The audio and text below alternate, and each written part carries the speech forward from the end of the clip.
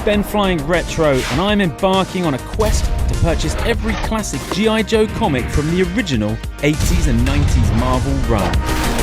Warning. Hunting down individual issues from every corner of the globe in whatever order the universe decides to give me. Join me and my pal Steve every week as we discuss my latest find. Welcome to Chasing Joe. Chasing Joe. It's episode 29. I'm feeling fine. Episode 29. I said the right episode, didn't I, S-Jubs? I got everything right. Yes, because we all know that live TV can blow up in your face, but this isn't live TV.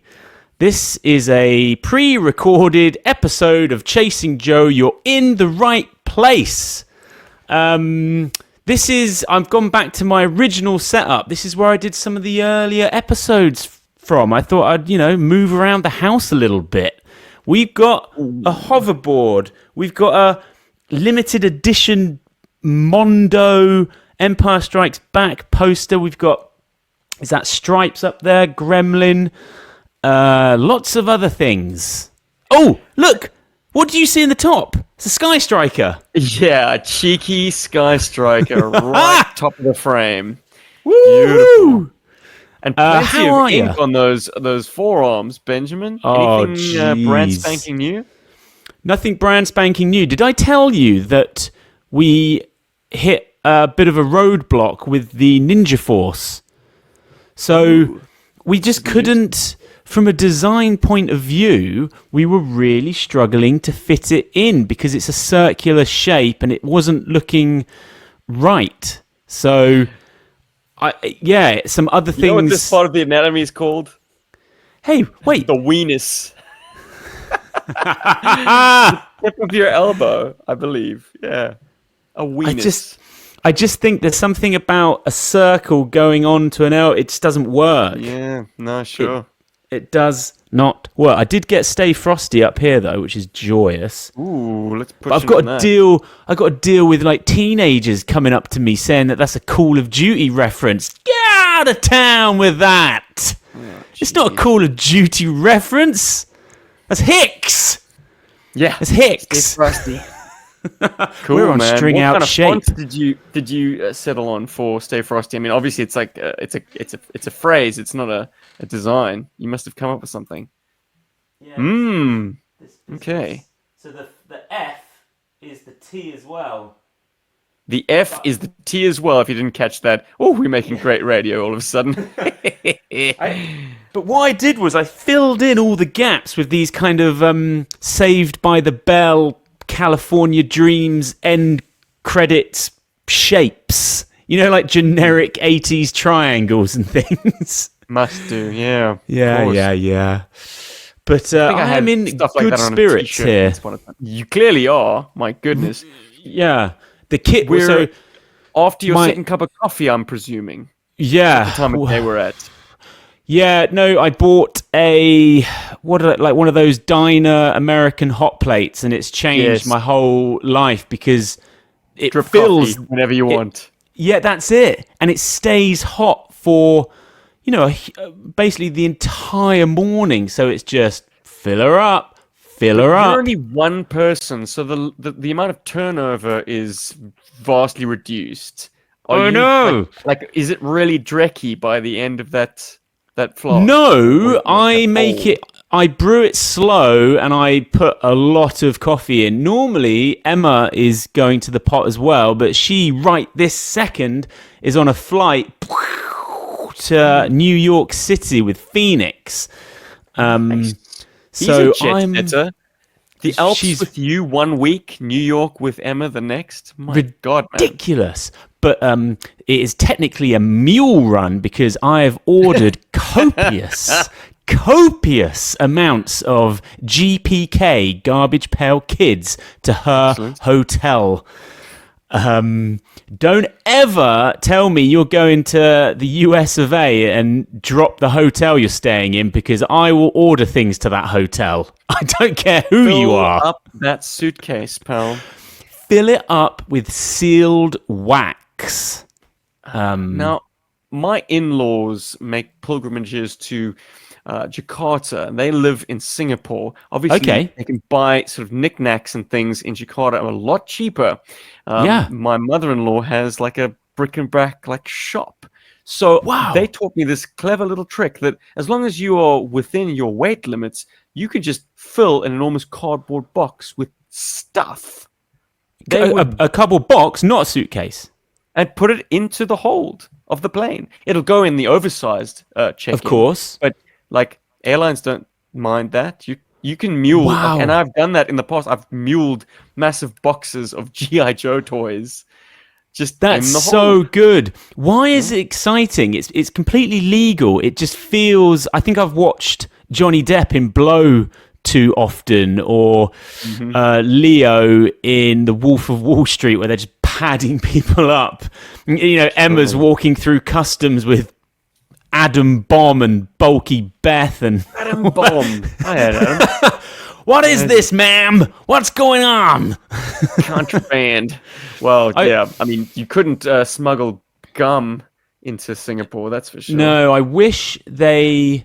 So I've got some old GPK, and it's in that joyous waxy paper. It's so lovely, and yeah, the gum, that rock hard gum. What a fantastic idea! It doesn't really make any sense, but that was someone's decision. Like, hey, we should stick a bit of gum in here for people to enjoy whilst they're looking through their trading cards. Retain a little residual scent. They of do, gum and there's forever. this joyous kind of powdery. Yeah, it's just so nice. Something magical. Yeah, there's an assault on the senses, and it really takes you back. It Garbage really pail does. kids. Wow. There's a great GI Joe kind of based one where it's got like a shipwreck coming out of a box, and he's next to a Barbie and she's coming out of a box, and I'm gonna send it off to PSA to get it slabbed, because you can't enjoy anything unless it's slabbed. Okay, fine. Mr. Loose Mint Complete. But tell me, what was the name of that garbage pail kid? Yeah, I'll dig him out. He was from a recent set, and the theme of the set was, I think it was horror based. So I don't know how that fits, but it does. It did a G.I. Joe reference. I like it. Yeah. Tell me, slabbing mint on card figures, has that become a thing? Is that a thing? It must be. People are slabbing video games. They must be slabbing G.I. Joes. It's done. It's done. I'm you know, that'll always drive up the value in the eyes of certain collectors. But I've heard a lot of negativity leveled at the authorities because a huge amount of shithousery. they get a lot wrong from time to time. Yeah, and I it's can an expensive imagine. process to do, and it takes a long time to get it done. Yeah. So there are a lot of pitfalls. But that's all I really know about that. Okay. Well, look. Here's I'm not why in we're danger of here. slabbing my carded figures. I like to touch. No. I like to touch the cardboard. Of course. Believe that. I like to hear the rattle. I like to experience all the little sensations of having a vintage carded GI Joe. Okay, so there's not a week that goes by where I don't have a little flirt with eBay and MOC cards, and I came across it was a Storm Shadow version 2, but here's where it gets interesting. Very expensive, obviously, but it was legit, but his arms were twisted in such an annoying way. It was giving me the ick. Are they hand placed into there? Machine placed? I don't know, but he was peculiar. I think the figures and accessories are placed into the bubble, and then the bubble gets slapped Vacuumed? Yeah. on. Glue. Glue, of course, not vacuum, yeah. So glue, but are we saying that the figure is sorted out, gotten correct, and placed in by hand? I think so, yeah. Either So in human China or error, Hong Kong. his arms are backwards. Yeah. Is it human error? It's just how he was kind of on the pile of assembled figures. Like there was no human hand in that endeavor. I mean, it's massive, massive, massive production. Imagine being the human being putting the screws and O-rings into thousands of GI Joe figures. How many do you get through in a day? Wow. Yeah, wow. Yeah. I don't think they're really stressing about the orientation of the elbows. That feeling of rescuing a figure from your collection, like putting a new back screw in, putting a fresh O-ring. It's still your original joyous figure that you had as a kid, but you've rescued it in some way. It's so satisfying. When I sort of did them all in one evening, I got all my figs and I went through and I lined everything up, and my God, it was satisfying. It was really satisfying fixing them. I think there's something about a rusted back screw and you're like, hey, little guy, you just start thinking of Toy Story, like he exists. And you're like, I'm going to sort you out. Get that screw to turn. Yeah. You're like, yes. And you put a freshie in. And you think a screw head before. You think when I leave the room, he's going to be like, cheers, buddy. In a Toy Story Ben, way. Have you had the experience of like losing a screw? Like actually turning it and being like, no, this ain't going to turn out, man. No, not so far. Okay, good. Not so far, no. And I've never, I wouldn't even know how to, but that's all I have done. I've only done back screws and O-ring replacements. I've never done legs or arms or... Yeah. I'm sure you have. I've never messed with rivets, but I have drilled out rusted screws. Yeah, so you drilled them out. It's 50-50. Yeah. I got it right with a power drill, or like battery-operated drill here at a very low speed. I tried it again in Cape Town with one that was corded, and I must have used the wrong drill bit. I went too far, and that's point of no return. Oh, point of no return there. If you've drilled too far, you actually lose like the threaded part of the screw. Yeah, so that's a little bit of thread poking out to then get a needle nose pliers to turn that sucker out. So in my Toy Story head, when you leave the room after you've done that, they're like, medic! Look, some figures have enough friction to just hold the torso will hold together.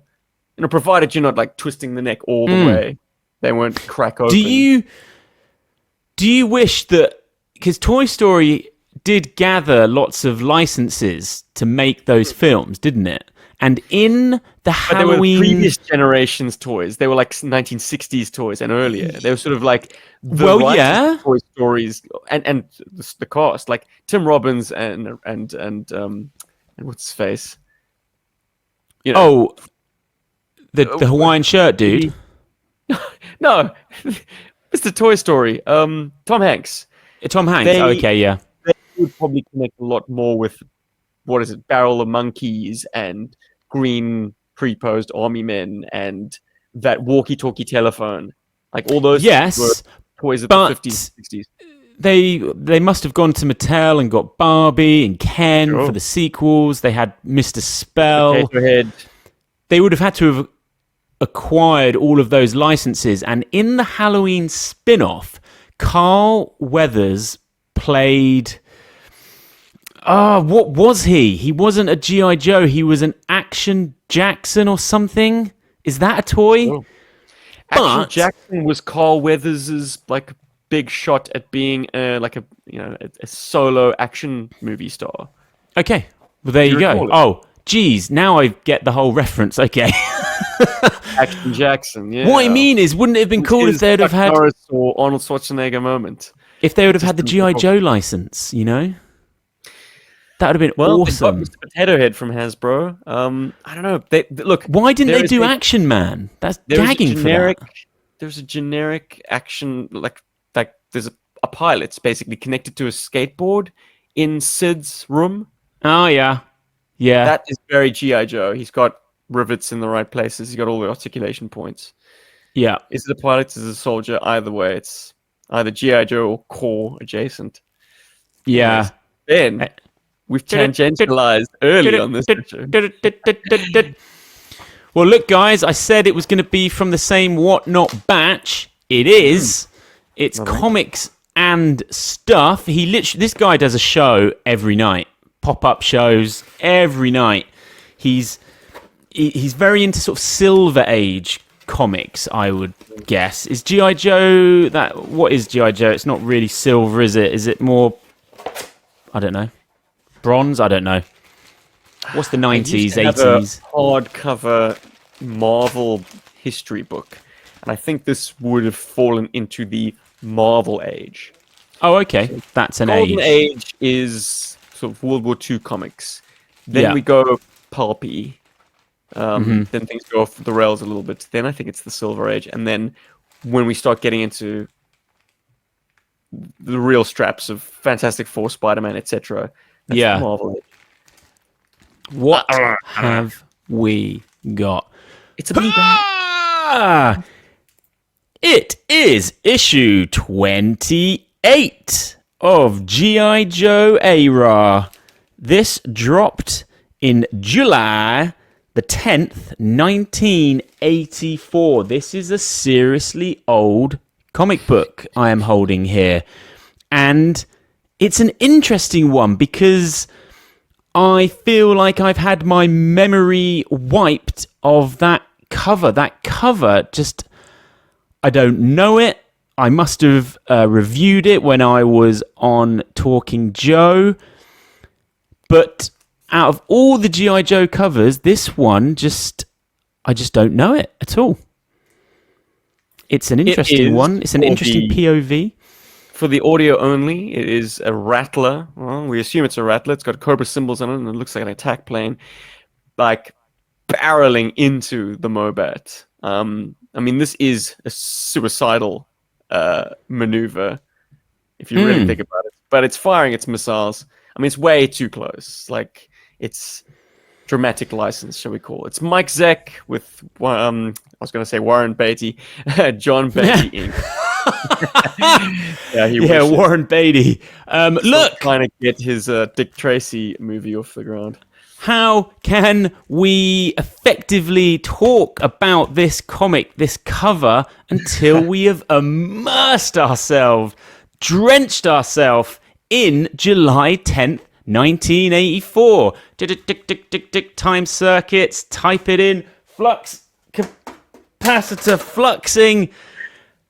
It's time to go back in time. Dun, dun, dun, dun. Movies, sometimes I look at the box office and I just don't even believe this is real, but it is. You get up Saturday morning and you just go and see all of these films. You go and see Ghostbusters. You go and see Gremlins. You go and see The Karate Kid. You go and see my favorite indie film, Indiana Jones and the Temple of Doom. The 80s for films. Crowded. You'd think that was crowded. I mean, you'd have to double up 2 films every weekend. Indiana Jones and the Temple of Doom, the dark one. Lucas and Spielberg going through divorces. I love it. It's a prequel, technically. You've got Spielberg channeling his love of James Bond with Club Obi-Wan at the beginning, and Ford in that white tux. I mean, it's top 5 all-time film scenes for me, with the diamond and the spinning table, the rose. I'm exhausted. The number one song. So Spielberg shtick, though. Oh, it's just joyous. Look, everyone references are just like almost annoying in films now, but back then, Club Obi-Wan, give me a break. It's just beautiful. On your Walkman, you could listen to When Doves Cry by Prince. Incredible. I don't know, your friend calls you and he says there's 2 new cabinets at the local arcade. 1942, one of my absolute all-time favorite games. Had it on the C64. Top-down World War II plane game. You're fighting ships and things. Very cool. And the next cabinet was Tapper. Now, something I don't really know much about, but you're running a bar or something. Root Beer Tapper. It's in Wreck-It Ralph. Do you have any knowledge of this game? If I ever watch Wreck-It Ralph again, I'll be on the lookout. I think you have to serve customers or something. Right, so that's the bar he goes to when he's feeling down and out. Yeah, it's really funny. Tapper. Cool. Tapper. Comics, Incredible Hulk, issue 300. It was on issue 300 in 1984. Wow. Please tell me he's not fighting Mr. Hyde. He's not. He is actually Savage Hulk, and he's fighting Daredevil and lots of characters. It's wild. Toys R Us, just only one toy in town, baby, and it was Transformers G1, just dropped, and it was probably melting your mind that you were getting metal robots that could transform into cars and planes. Just an incredible toy line. Set decks. Yeah.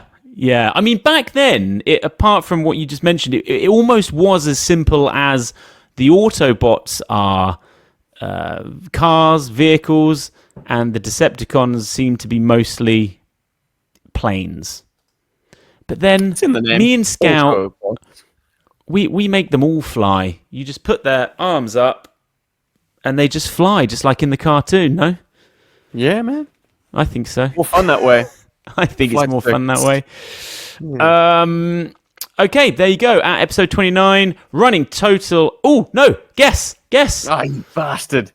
Yeah. Okay, Whatnot. I think you got away with a $5 £5 deal last time. £6 deal. I'll just give you a hint on this one. This book is cheaper than a flat white. Oh, Jesus. £3.50. Well, that's how much a flat white is. So okay, £3. £2. Ooh, £2. Come, I mean, jeez. I mean, we're almost. Giveaway. Yeah, it's almost free at that point. £2 for a 1984 bit of history, ladies and gentlemen. Whew. Anyway. How do you rate the condition? Because it looks good from here. This guy, he only creates and buys books that are newsstand. Lovely. So he's your guy then. And he and comics and stuff is a condition nutter. So his levels of condition are just so above mine that things that he thinks are battered, and he knows all the actual like VG and all that. He's like, yeah, it's battered. Yeah. But I'm like, this book is perfection. It's perfect. It's so. Love that. Yeah, so he's trying to put together a 155 newsstand, very minty run. That's a lifetime's work. Let's talk about this cover. You know I love it anytime the GI Joe font is in pink. Sniff.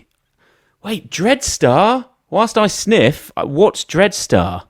No idea.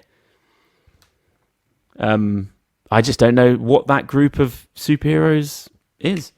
Was it part of the new universe? Epic Comics. Oh, gosh. Oh, crikey, this is a really dusty, musty one. God.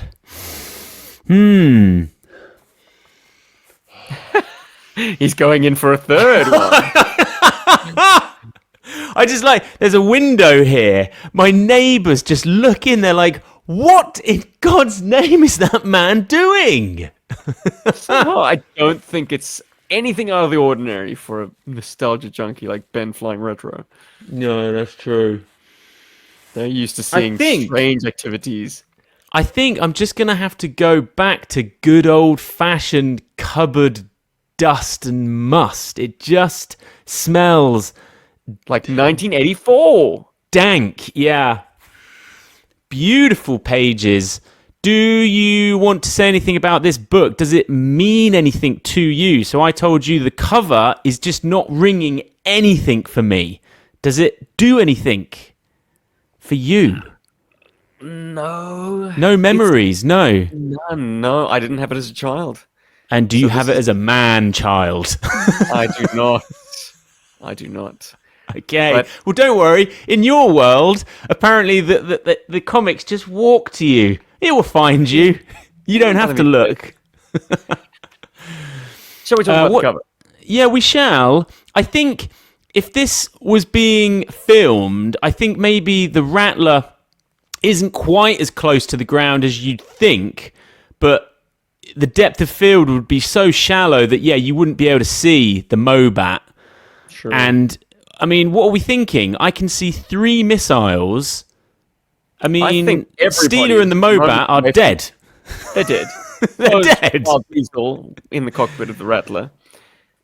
And we're calling it a Rattler only, in name only, because if you take a close look at the configuration, it is an A10. It's got the engines where the A10 should be. It doesn't have the gun turret. Yeah. But as I learned in conversations with Mark Seddon from Talking Joe, covers were often done long before the issue was scheduled to come out. Uh-huh. So, like, the interior art followed the cover, not the other way around. As I previously thought. So, like, Zek was told, draw an A10. Draw an A10 and the Mobat toy. And let me just say that the Mobat is incredibly on model. Like that. Yeah, all those rivets and divots and... Yep. He's even popped open the hatch where there isn't a functional hatch to have clutch kind of clambering out. Yep. Love it. The scaling looks accurate to the toy as well. It's quite a diminutive tank when you think about how big a figure is standing next to it. Yeah. And the scaling that he's got presented here is bang on for the toy.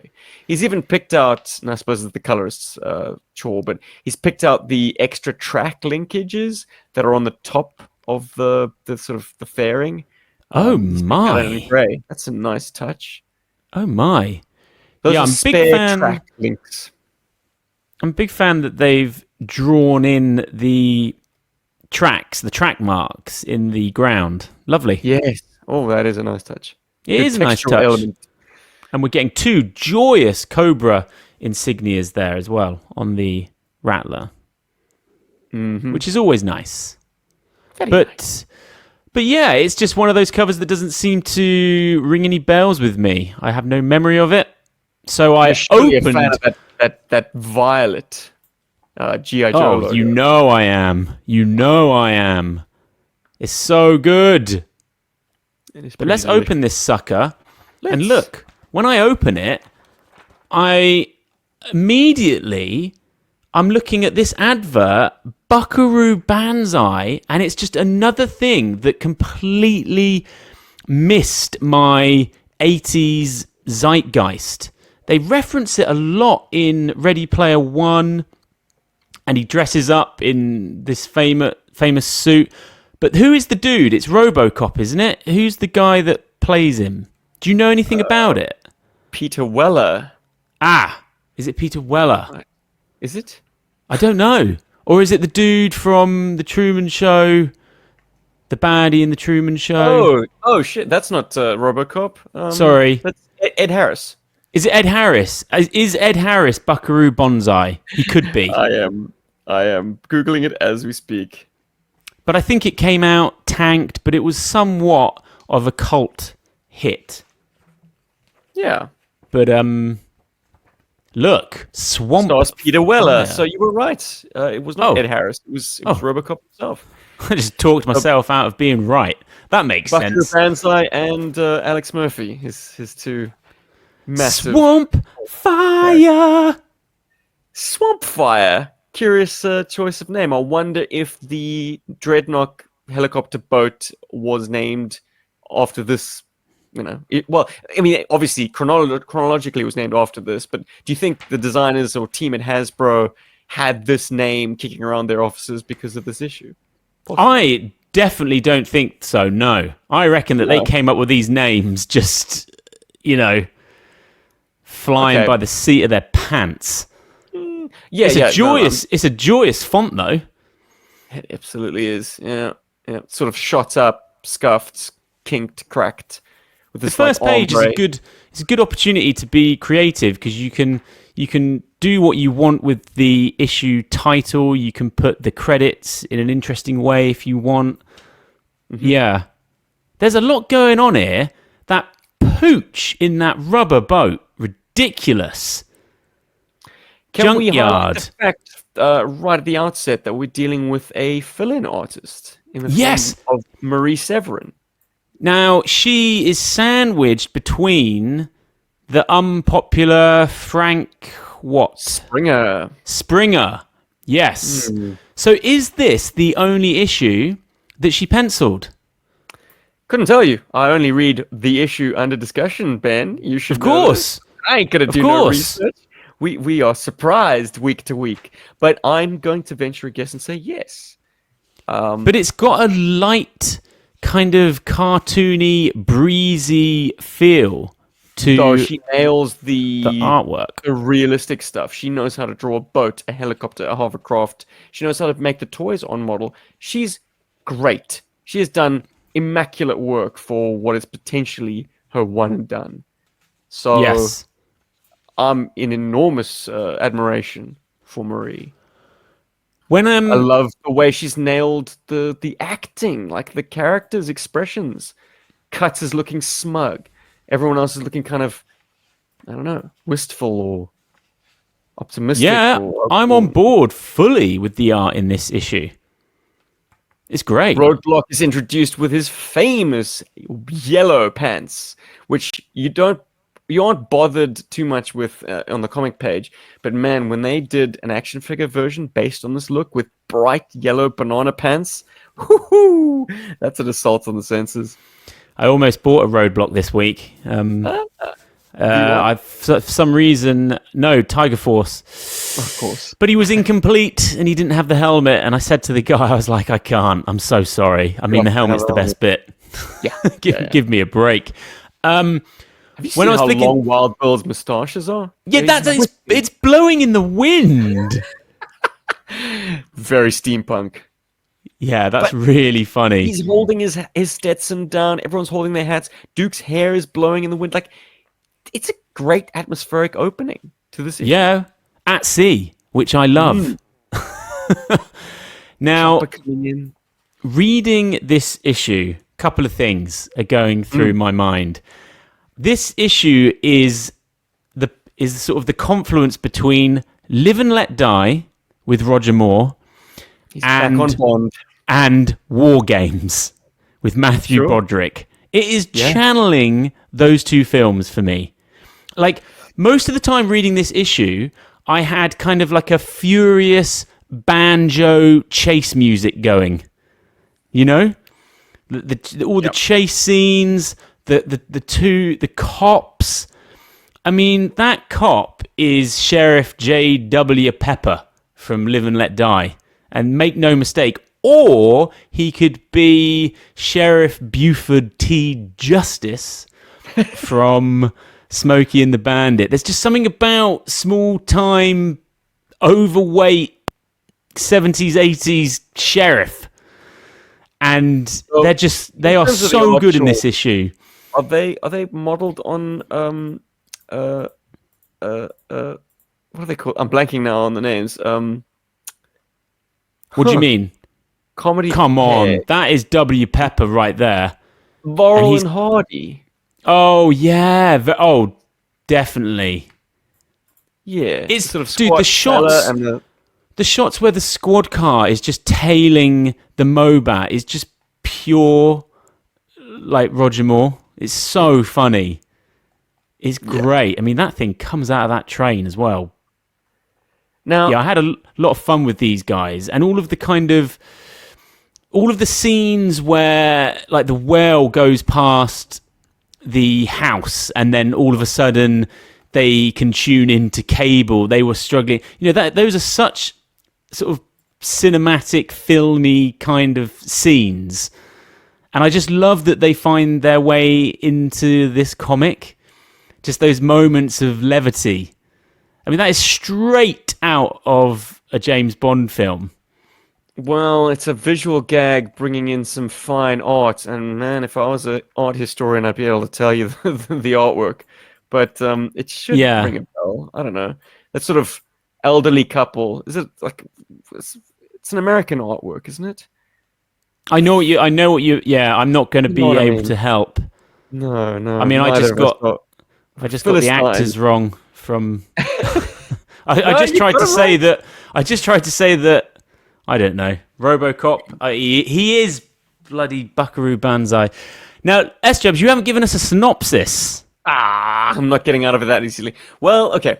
Cobra Commander and Firefly are holed up in Zartan's shack in the Everglades. Zartan and the Dreadnoks tear off. The Joes are closing in the Whale, the Dragonfly, and the Mobat. Yes! And they're accompanied by this pair of sheriffs, the sheriff and his deputy, RL. Chief and RL. Anyway, they're involved in a massive shooting match with Zartan's robot army and robotic his tanks under the swamp. Crazy. So it is crazy though, and it's crazy how Firefly just rips up that console and discovers this kind of.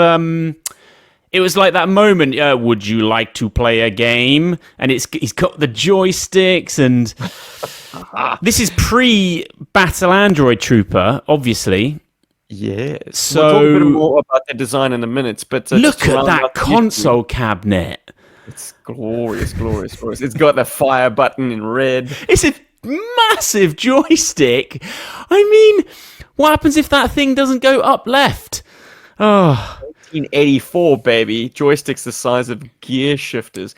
Anyways, Destro, Baroness, and Wild Weasel, they squirrel away to some silos that hold rattlers. Each of them get into a plane. Destro and Wild Weasel go back in support of the commander, and Baroness travels to Springfield, ostensibly to set up a welcoming committee for the commander's eventual triumphant return. But actually she goes into the detention center and asks Major Blood for some assistance. I thought that was Blood. Yeah. I thought that was Major Blood. She does a good gag as well about giving the high school marching band a call for Cobra Commander's return. It's funny that they're not getting away. Oh man. Oh yeah. Yeah, they are not fast, are they? Cobra Commander escapes. Destro crash lands his Rattler and meets up with Firefly, a very angry, betrayed Firefly left to fend for himself. And he's like, "Angry, are you? Want to do something about it?" Yeah, they're plotting something, and the Dreadnoks on their Harleys or whatever they are, just going through that neon-drenched street is fantastic. My favorite panel of the whole thing. And it's such a left turn to all the kind of art that Marie had been doing to that point. Like, this is finally like an urban setting. So she really leaned in on like the background elements, all these neon signs, the seedy part of town. And I mean, yeah, that's rad. Zartan in his element, like on a hog, surrounded by his boys. Yeah, going to find GI Joe.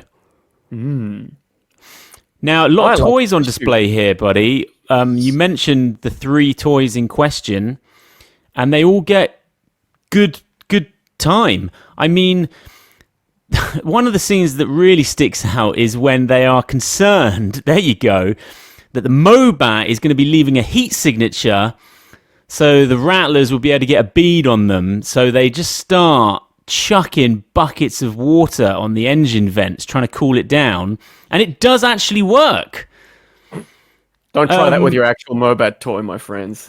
Yeah, well, I used to have to try that on... I had an MG Metro when I was 17, my first car. Used to overheat all the time, but you don't want to be putting water on it like that. You'd crack the engine block. Yeah, what you were better off doing was actually frying an egg on it. Yeah, but not taking 30 millimeter Is there any depleted uranium rounds from a Rattler gun. Is there any confusion with the roll call on the Mobat? Because there's lots of different panels with different green men in it. One panel there's like 4 on there. One panel there's 2. Who is actually on that thing? Sometimes the names don't match up. I'm sure. Isn't Steeler meant to be in there? Well, he's in the cupola calling the shots. Yeah, but he never gets. And then Clutch, yeah. Yeah, we got 2 green. But then shirts. they talk about Breaker. Breaker is pictured there. He's got his communications sort of cable running to his backpack. Okay. Look, the standard compliment for a Mauler, a Mobat, courtesy of Tanks for the Memories, would be Clutch driving, Breaker on comms, and Steeler commanding. And Gunner, well, I guess. That's your tank crew. That's your crew, man. So I would just assume that. I didn't really sweat the details. I'll tell you what I did sweat, though. I'm okay with, like playing up the superheroics of GI Joe. Like, they each get shot. I know where you're going. By a Rattler gun, right? Like, Deep Six is hit. Duke's hit. Cutter's hit. I mean, a 30 millimeter shell would vaporize your torso. Well, I was so thankful for that scene because... Oh, what? They all get hit? Well, yeah, because I mentioned the banjo chase music and the sort of levity, and then I was like, oh, geez, hang on. They've all just got clipped here. It's bad times, yeah. Look, Which I think it's important. I thought you were going to talk about Roadblock using his back as a mount for the machine gun. Yeah. I thought that's where you were going with superhero. Roadblock's gun gets destroyed. Deep Six's gun is still operable, but the mount has been shot out. So Roadblock elevates it with his back. Now, if the guy can hand wield one of those guns, I think he should be able to squat lift a pair of them. Right. Like, your arm strength is pitiful compared to the power that you have in your legs. So I can believe that. What I'm curious as to Ben, I mean, the plot very conveniently forgets the Dragonfly. It doesn't feature much. It's in the mix somewhere. Doc is in there as well, which is handy.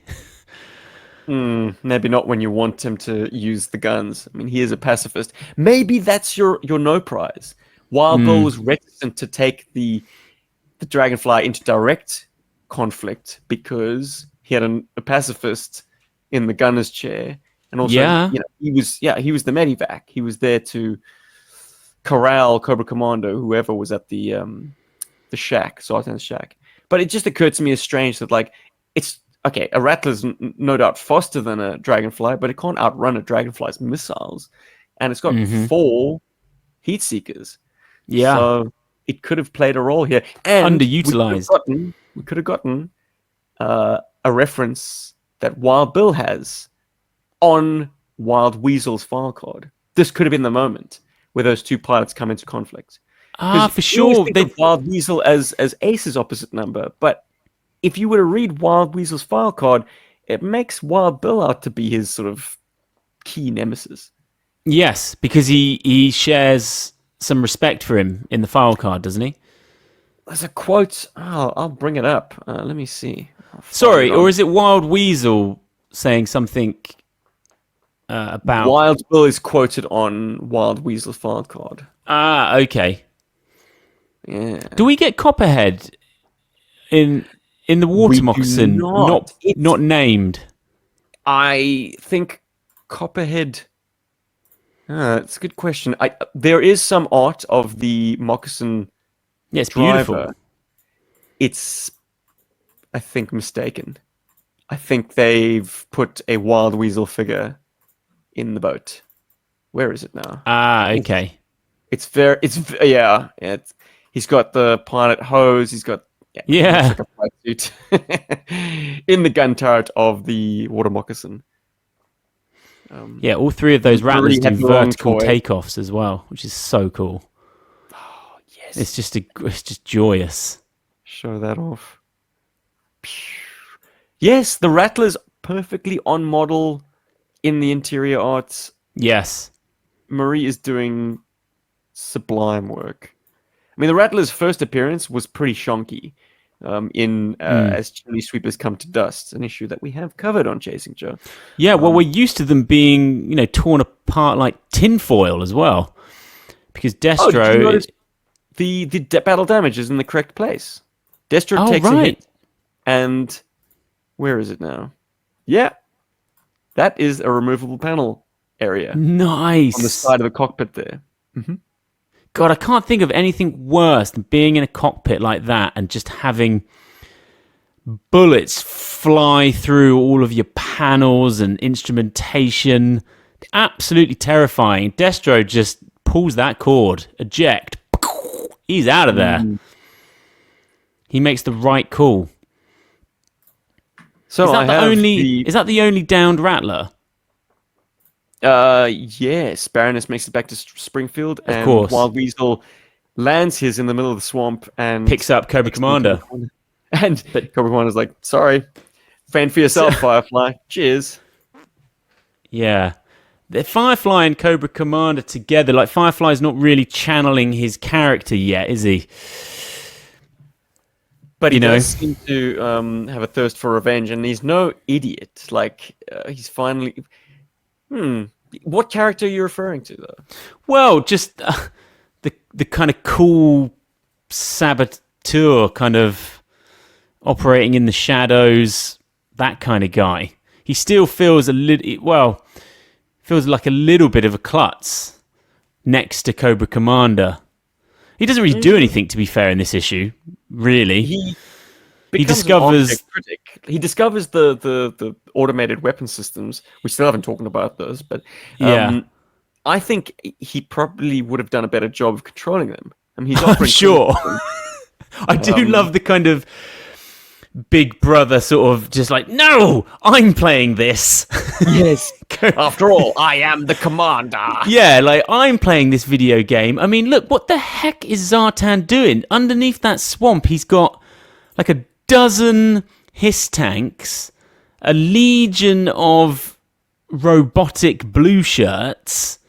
Let's talk about it. But first, let's just address the quotes. There it is. Wild Bill says, he may be a and this is about Wild Weasel, he may be a back-shooting, low-down snake in the grass, but the boy can fly like nobody's business. You gotta respect the skunk for that. Hey, what did Voltaire say? To forgive our enemies is their virtues? That is the greater miracle? Anyway. Yeah, so they've had shenanigans together. Yeah. Yeah. Missed opportunity there, but whatever. Whatever. Your playtime can fill in the blanks. And also, like, it's an interesting conflict. Like, of course, an attack plane should be able to wipe the floor with an attack helicopter. But from miles away. I mean, miracles do happen, especially when Wild Bill is at the yoke. But the cool thing is, the Rattler is a tank buster, and it's up against a tank in this issue. That's great. Sure. I mean, that's what it's for. A whale. Oh, did you notice a whale. The change of the whale's acronym? Oh, did they change it? Did they make it more palatable? It doesn't say Envoy. It says... Where was it? I love the whale. And look, it does what you hate. It goes on land. Well, look, when you're dealing with the Everglades, it's sort of all low-lying, swampy terrain. Like, that is where a hovercraft can really shine. For sure. I mean, the direct influence for the whale were hovercrafts that were deployed in Southeast Asia during the Vietnam conflict. And that is another sort of region of the world where absolutely a hovercraft can be a very useful tool. Anyway, its acronym in this issue is Waterborne Hovercraft Assault Landing Experimental. So they've dropped your favorite word. It's experimental. They've dropped the Envoy. Yeah, fine. But that's not toy box accurate, is it? Well, yeah, wasn't it Warrior? That's what I'm saying. Yeah, it's just bizarre. It was bizarre. In fact, I can look that up lickety-split since I have 3D Joe's open. Thank you, Carson. Saving my bacon. Warrior Hovering Assault Launching Envoy is the toy box. And the comic just book make it work. Yeah, the comic book makes it Waterborne Hovercraft assault landing experimental. Still strained, but a little bit less janky than Warrior hovering, whatever. Yeah. Warrior Envoy? These are words, man. Well, look, the thing is, though, if you're a kid and you're reading this issue, you all of a sudden need a Rattler, you need a whale, you need these toys for sure. Because they are all over this issue. It's another toy-heavy issue, this one. Yeah, and look, speaking of toys, at the very end, I mentioned this in the cultural landscape, it is the Transformers are here. Do you think Transformers hurt GI Joe in any way, or very different?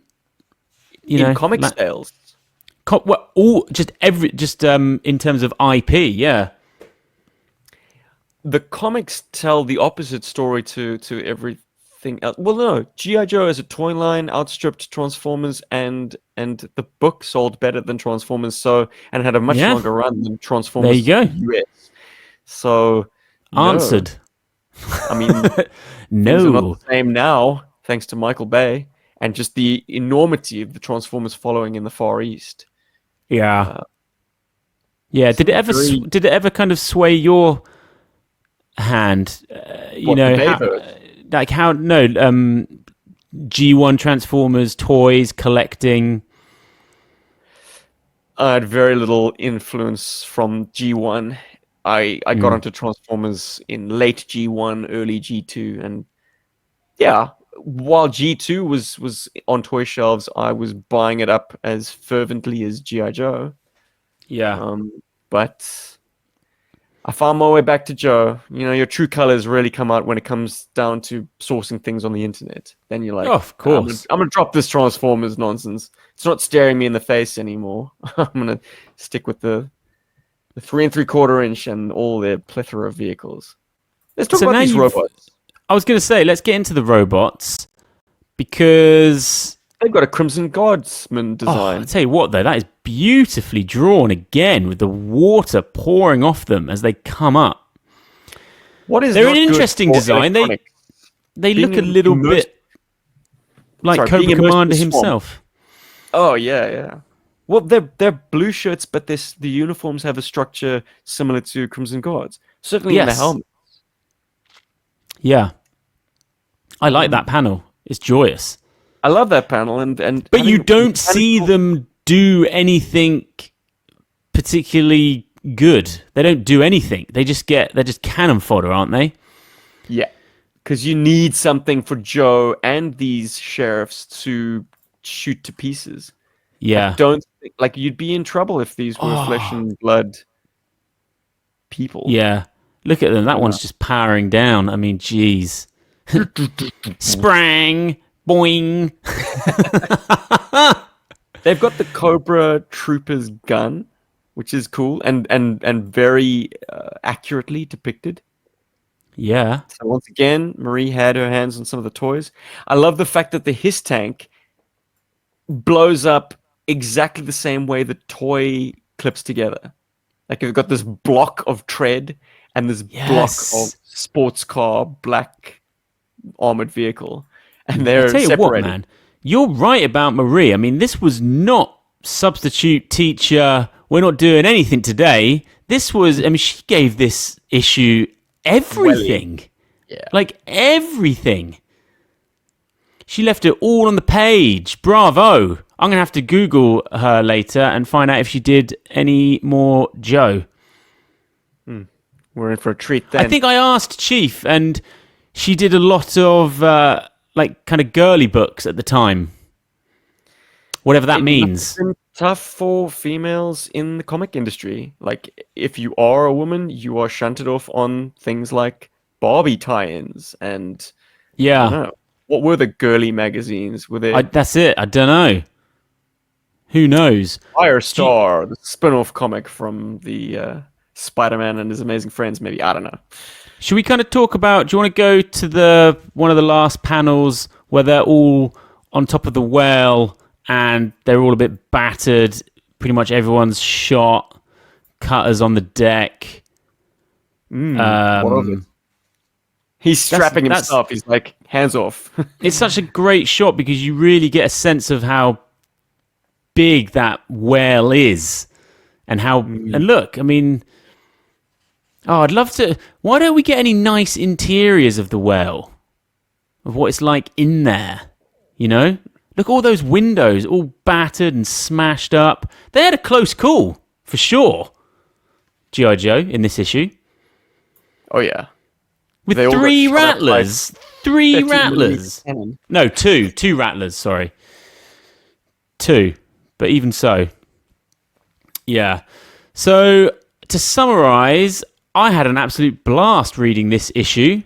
And if I didn't know anything about it before, I certainly do now. And I think this would be an issue that stands out for me now as a thoroughly good, what kind of a one and done, easy to consume. I know there obviously is a before and an after, but it's, I had fun with it. We've done the after on this show. Yeah, we have. Yeah. And we spoke about the sort of the changing geometry and scaling of the whale. It's a very playful kind of, like, clearly we've got in Marie Severin an artist who cares a great deal about nailing the details and the size, and the structure of a three-dimensional object. And then Mr. Springer comes along and just like turfs that out. Like, whatever. Sometimes the whale's the size of a sports car. Sometimes it's the size of a house. I get that. I do understand that for wide shots and things like that. But I like to be indulged where just having them all laid out like that. That is drawn so well. All of the damage and dinks and scrapes and the hard lines of that thing. Oh, it's never looked better. Yeah, man. Why did they not let loose any missiles? The whale. Yeah. Why were they not, they got 8 missiles there. Maybe they were not loaded with anti-aircraft missiles. Okay. Yeah. Damn fools. Yeah, they thought they were just doing a ground assault. They didn't know Cobra had aircraft. Now, we've got some great feedback from our last episode of Chasing Joe. It was a good one. It was a long one. Hour 17 minutes. And we got some knowledge bombs being dropped. Someone called Xenaluk writes in and says, toys were released geared to roll out for Christmas, but could arrive in stores as soon as June, as orders were made in late January or February. The big toy show in Jan-Feb was in New York, as you well know, and that was to showcase and take orders. So awesome info that by summer in the United States, the whole wave should have rolled out. But on the letters page of this very issue, we've even got info on where and when you can expect the new toys to arrive. I've only just read this issue, so I didn't get time to read the letters. Fine. I got you back. Dear Joes, I loved every bit... Oh, no, that's not the one. Dear Joes. They all start with Dear Joes. Dear Joes. Yeah. Dear Joes, GI Joe number 25 was marvelous. I particularly enjoyed the scene where the Joes discovered that Storm Shadow had escaped from his cell in Alcatraz. And I also liked seeing Zartan jump over the water moccasin on his chameleon. Will Hasbro produce figures of Wild Weasel, Deep Six, and Cutter? This is from Brian Ray. The answer is yes, Brian. And for you and the rest of our readers who have expressed interest in the new figures, here's a rundown of those that should be available in stores right now. Blowtorch, Roadblock, Spirit, Iron Knife with his Eagle Freedom, Ripcord, Duke, Recondo, Mutt with his Dog Junkyard, Baroness, Scrap Iron, Firefly, and Storm Shadow. Several other new characters such as Wild Weasel and Cutter will be sold with vehicles and are expected to arrive in stores sometime this summer. Watch for them. So summer, United States, June, July.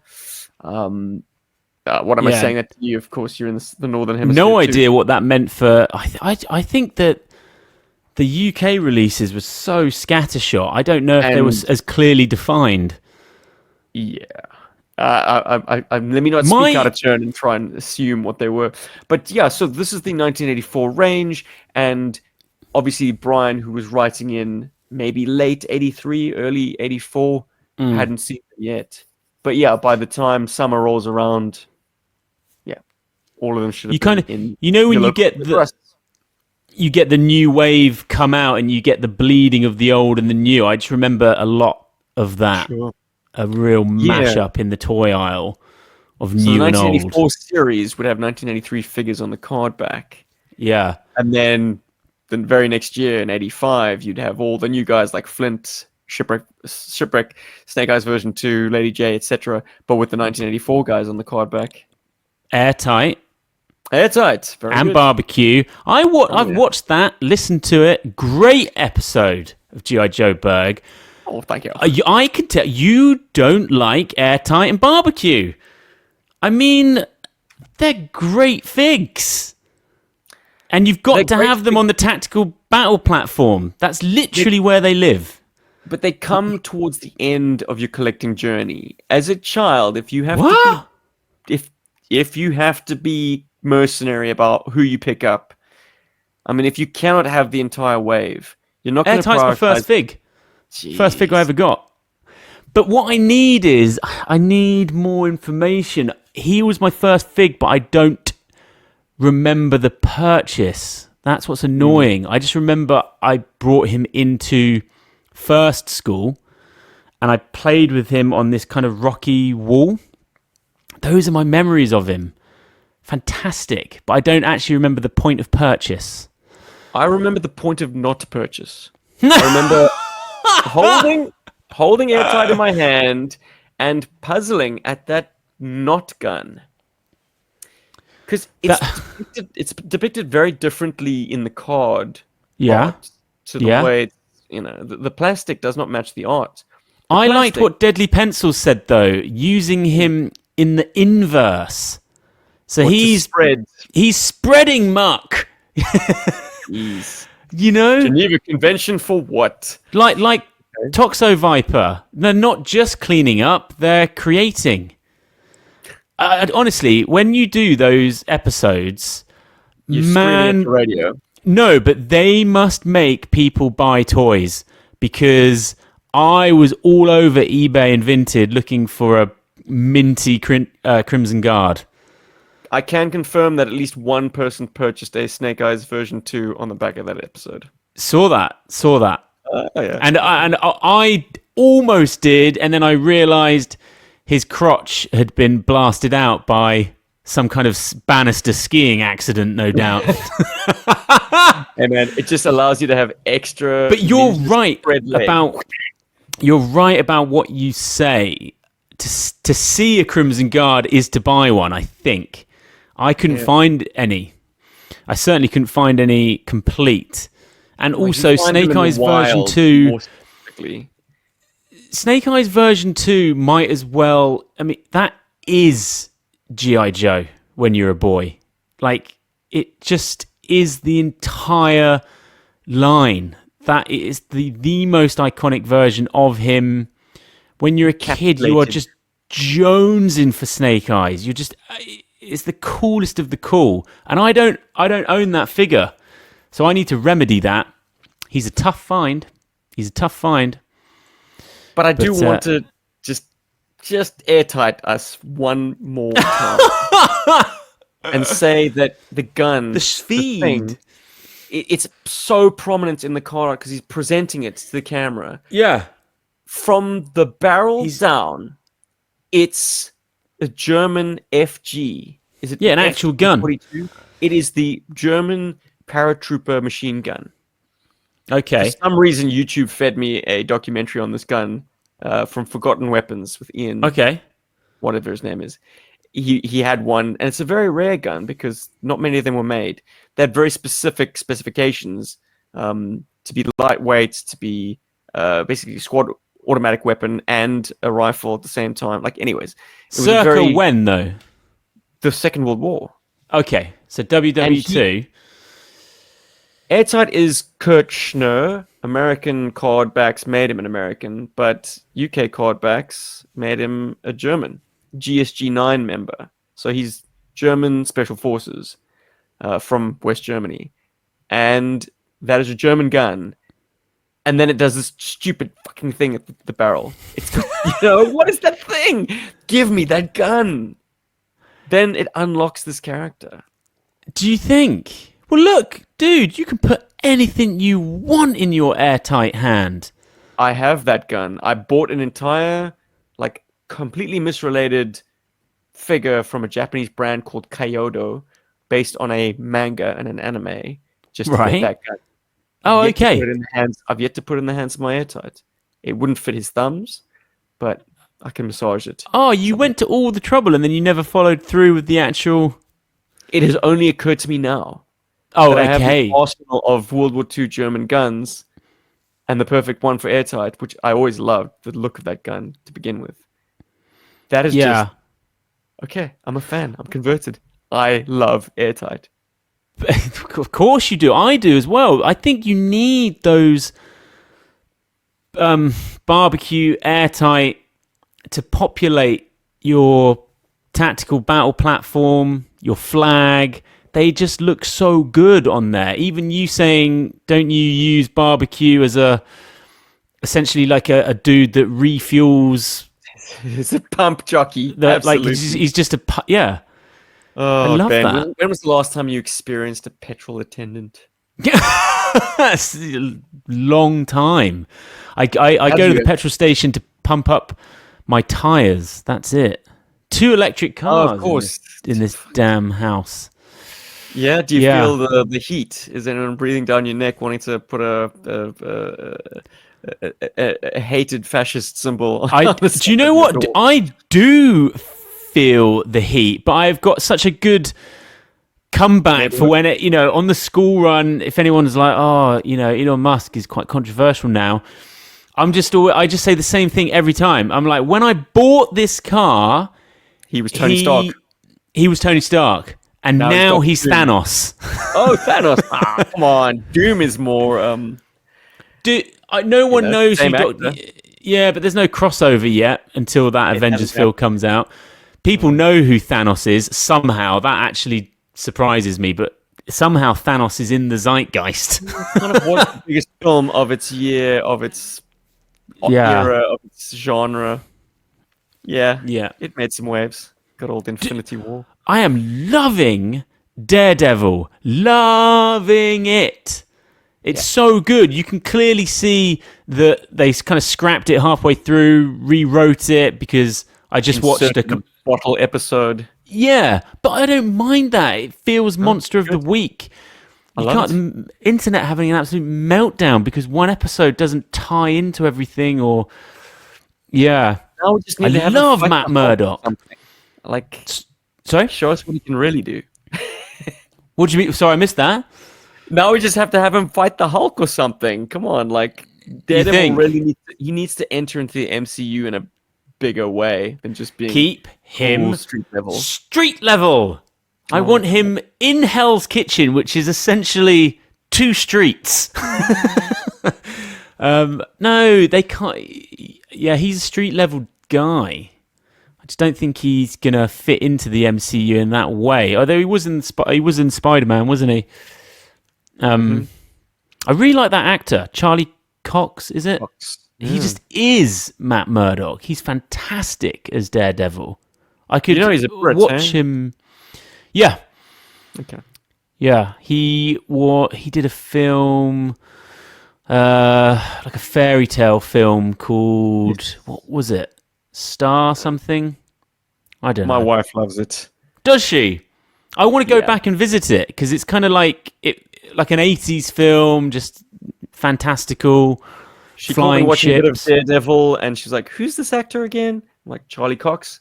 She's like, "Oh, he's a cutie." Oh, he is a cutie. He is a cutie. Cutie.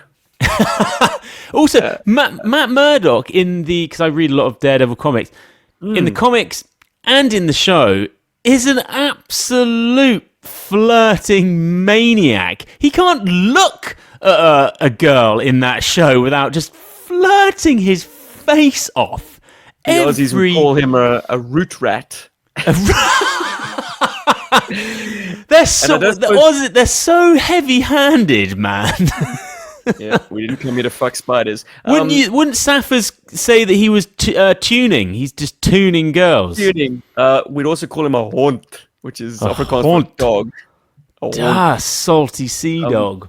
But my boy, did you ever watch She-Hulk? No, couldn't. What's the word? Well, Suspension of disbelief. Couldn't do it. Yeah, the CG was pretty bad. Couldn't do it. I mean, Matt Murdock got a piece of that green. Are you kidding me? I'm not kidding you, dude. What? What, they actually slept together? Yeah. He does the walk of shame in his Daredevil outfit with his shoes slung over his back. Oh, I'll actually have to watch that. Chief loved that show. Really? It's not that I don't like She-Hulk, but I just sort of I checked out pretty much all of the Disney shows. I didn't do any of them. Hawkeye, She-Hulk, Winter Soldier and Falcon or whatever it was. I didn't do any of them. Don't blame you, man. It did kind of watered down the taste of the MCU. If your taste is still pure, I'm afraid. Yeah, I stepped off a ways back. I think so many people. This next wave that they're doing is going to be a big test, because for me, I think those films were only ever successful because they had incredible crossover with regular people like my brother, who saw all of those films but has never read a Marvel comic or doesn't know anything about. But because of the Robert Downey Jr. and some of the actors, they had this incredible crossover where everyone saw those films, and they have absolutely lost that after Avengers Endgame. They're not getting crossover. So it'd be interesting to see if these new Avengers films regain They're having that. to scrape the barrel for second or third tier characters. Yeah. I mean, the man on the street did not know that Iron Man and Captain America could occupy the same world. Did not know that Spider-Man could somehow enter the fray. These things were always so separate and distinct in anyone's consciousness. But they're casting. The questions were coming thick and fast of can Batman also join? Where's Superman in all of this? You had to kind of sit them down and say, well, these are two different comic book companies. But then we get into which movie production house owns what rights, which studio can get their hooks into the Fantastic Four or Spider-Man's cast. So everything pre-Endgame, every now and again, I might want to spend 2 or 3 weeks and be like, right, I'm going to watch the MCU. And that was a lot of films, but it was kind of manageable and it kind of had a clear end point. But that is never happening now. I mean, that is just not to sit down and watch everything madness, everything post Endgame, apart from a good the Spidey Marvels. film. Yeah, the 5 rings, and they've totally lost me. And I'm really into comics, but I don't know. Well, looks like Shang-Chi is included in Doomsday. Yeah, Spidey's not though. I think that's more a casting issue with Tom Holland filming Odysseus or the Odyssey. But the thing is, either way, in the part 2 or whatever it's going to be called, Secret Wars, they'll all be in that. That's going to have, I think, just everyone in it.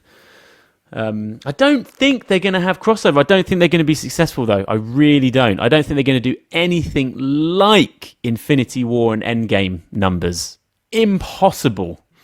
Well, they're banking on it. I mean, with a cast that swollen. Oh, that's the thing. Big.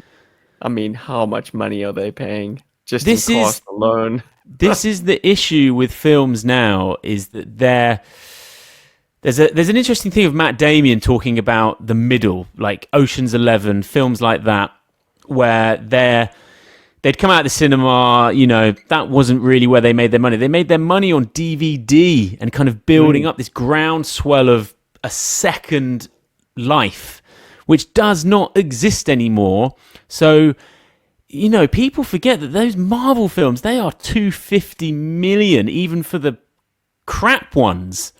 They need so many people to watch those films. Their marketing budgets are like 150 mil, $500 million to make these films. That's where we've got to. We can only have films like that or we can have tiny art house films. You know, the middle film now seems to go straight to streaming or just doesn't exist. I wouldn't say we're in a great place for cinema at all at the moment. Like, well, it at ain't all. 1984 with Ghostbusters, Gremlins, and Indiana Jones 2. Great Lord have mercy. Scots! I'm late for school! And I literally am. You are, dude. We Get have outta just... This has been a G.I. Joe / MCU Transformers pod. But hey, I'm here for it. Look, I've got to go. I will see you next week, S-Jubs. Transform and roll out. Yes! I love the credit music. I love that credit music for Transformers. Go, go, gadget, Tesla mode. Laters. Bye.